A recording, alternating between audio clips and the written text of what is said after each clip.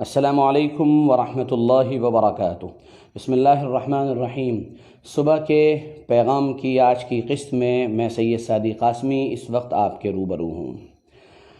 لگاتار جو ٹاپک اس وقت چل رہا ہے وہ ظاہر سی بات ہے، اس نے مسلمانوں کے دلوں کو ہلا کر رکھ دیا ہے، اور مسلمانوں میں غم و غصہ بھی ہے، اور وہ اپنے غم اور غصے کا اظہار اللہ کا فضل ہے قانون کے دائرے میں رہ کر الحمدللہ کر رہے ہیں۔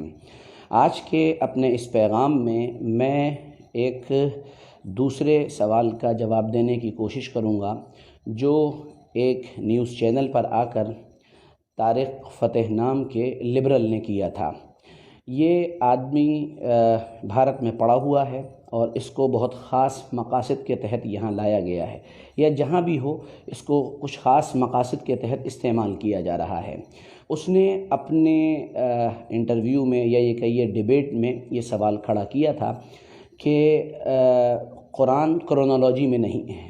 کرونالوجی کا مطلب یہ ہے کہ قرآن ترتیب میں نہیں ہے، یعنی جیسے حضور پاک صلی اللہ علیہ وسلم کے دور میں نازل ہوا تھا اس طرح سے قرآن کو مسلمانوں نے محفوظ نہیں کیا ہے، اس طرح سے لکھا نہیں ہے، بلکہ اپنی مرضی سے قرآن پاک کو جمع کر لیا ہے۔ اور پھر اس نے ایک بدتمیزی کا جملہ بولا تھا اور یہ کہا تھا کہ جس ترتیب پر قرآن نازل ہوا ہے اس ترتیب پر جو قرآن ہیں ان میں 2-3 قرآن میرے پاس پڑے ہوئے ہیں، نعوذ باللہ من ذالک۔ اللہ تعالیٰ اپنے فضل سے اس کو ہدایت دے، اور اگر ہدایت نہیں ہے تو اس کے وجود سے زمین کو پاک فرما دے۔ بہرحال آج ہم اسی پر تھوڑی سی بات کریں گے، توجہ کے ساتھ میری بات سنیے گا اور تھوڑا سا اس کو شیئر بھی کر دیے تاکہ یہ بات دوسروں تک پہنچ جائے۔ ہم اپنی بات شروع کر رہے ہیں۔ قرآن پاک کی اس ترتیب کو سمجھنے کے لیے ہم اس کو 2 حصوں میں ڈیوائیڈ کرتے ہیں۔ نمبر 1، پہلا حصہ قرآن پاک کا وہ ہے جس کو ہم سورتیں کہتے ہیں۔ سورتیں جیسے الف لام میم سے سورہ بقرہ شروع ہوتی ہے اور الحمدللہ رب العالمین سے سورہ فاتحہ شروع ہوتی ہے، یہ سورتیں ہیں۔ تو جس اعتبار سے سورتیں قرآن میں لکھی ہوئی ہیں، کیا یہ مسلمانوں نے بنائی ہے یا پھر یہ اللہ تعالیٰ کی طرف سے ہے؟ جواب یہ ہے کہ یہ جو صورتیں بنائی گئی ہیں یا لکھی گئی ہیں یہ صورتیں اللہ رب العزت کی طرف سے بتا کر لکھی گئیں، یعنی اللہ کا حکم آیا ہے کہ ان صورتوں کو اس طرح لکھ دو۔ اور جیسا کہ طارق فتح نے کہا تھا کہ قرآن کو مسلمانوں نے اپنی مرضی سے جمع کر دیا ہے، یہ اس کا جھوٹ ہے، یہ اس کا افتراء ہے، یہ اس کی بدماشی ہے۔ اب ہمارے پاس دلیل کیا ہے کہ یہ جو صورتیں لکھی ہیں قرآن پاک میں جو ہمارے ہاتھ میں ہوتا ہے یہ اللہ تعالیٰ کی طرف سے ہے؟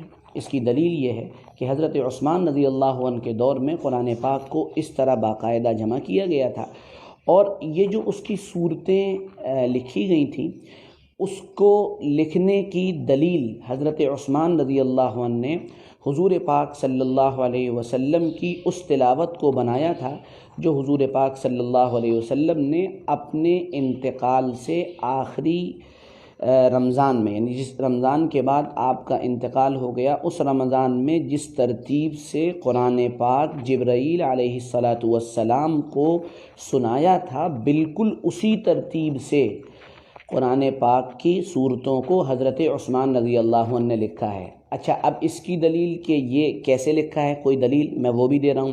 وہ دلیل یہ ہے، دیکھیے قرآن پاک میں آپ غور کریں گے جتنی حوامیم کے نام سے صورتیں، حامیم تنزیل الکتاب من اللہ العزیز العلیم، اس طرز پہ جو صورتیں ہیں آپ ان میں غور کریے گا، یہ لگاتار ہیں۔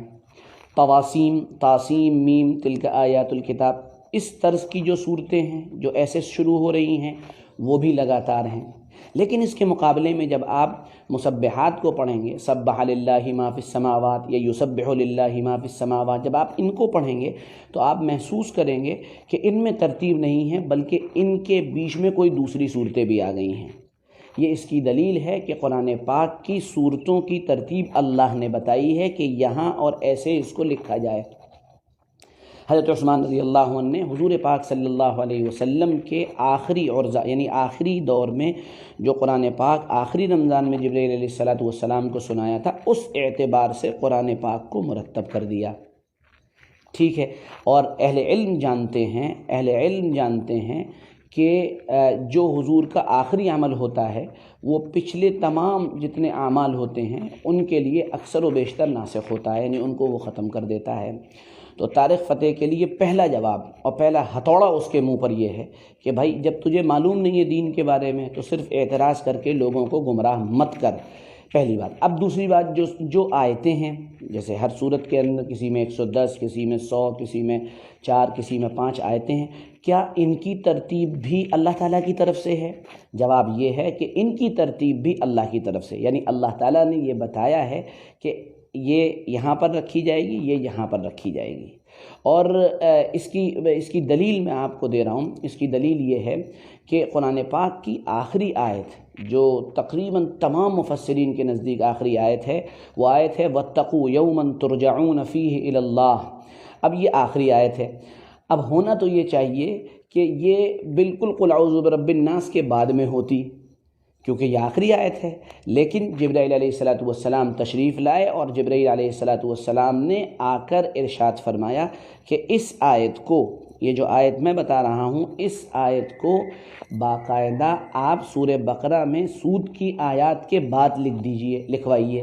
تو حضور پاک صلی اللہ علیہ وسلم نے ایسا کیا۔ تو یہ اس بات کی دلیل ہوئی کہ قرآن پاک کی صورتیں وہ بھی اور آیتیں وہ بھی سب اللہ تعالیٰ کی طرف سے بتائی ہوئی ہیں، اور جس طرح اللہ نے حکم دیا ہے اسی طرح لکھوائی ہوئی ہیں۔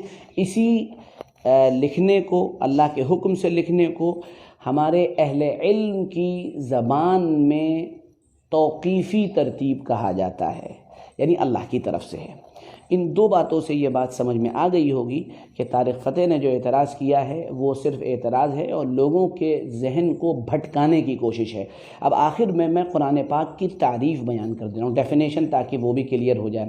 قرآن کہا جاتا ہے المکتوب فی المصاحف، وہ المنزل علی الرسول، جو رسول پر نازل ہوا، محمد رسول اللہ صلی اللہ علیہ وسلم پر، اور المکتوب فی المصاحف، اور جو لکھا ہوا ہے صحیفوں میں، یعنی جن چیزوں پر بھی لکھا جاتا تھا اس دور میں اس پر لکھا ہوا تھا۔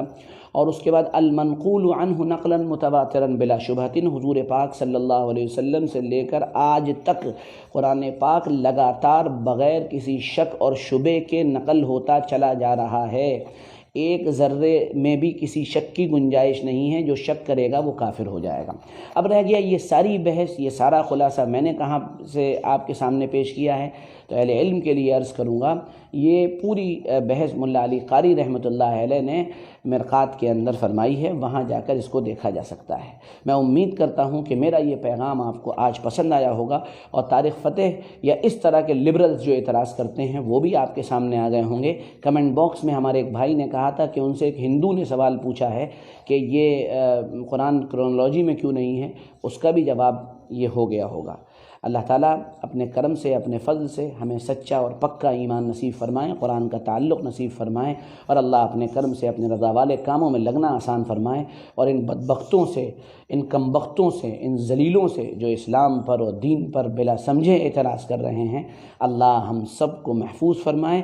میں یہ بات اس لیے صرف کہہ رہا ہوں کہ قرآن پاک پر یا دین پر ایک اعتراض وہ ہوتا ہے جو جاہل لوگ کرتے ہیں، جانتے نہیں ہیں۔